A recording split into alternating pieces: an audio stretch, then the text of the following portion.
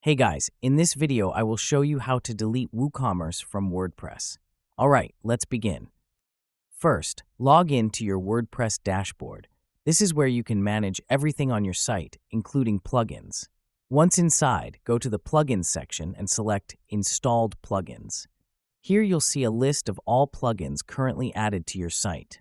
Scroll through the list until you find WooCommerce. Before deleting it, you first need to deactivate it. Click on Deactivate. This will stop WooCommerce from running on your site without immediately removing its data. Once it's deactivated, a new option to delete will appear.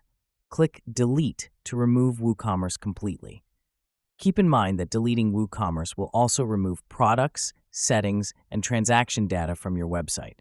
To be safe, it's best to create a backup of your site before proceeding, so you can restore it later if needed. After confirming the deletion, WooCommerce will be fully removed from your site. So that's basically how you can delete WooCommerce from WordPress. That's it for this video. Thanks.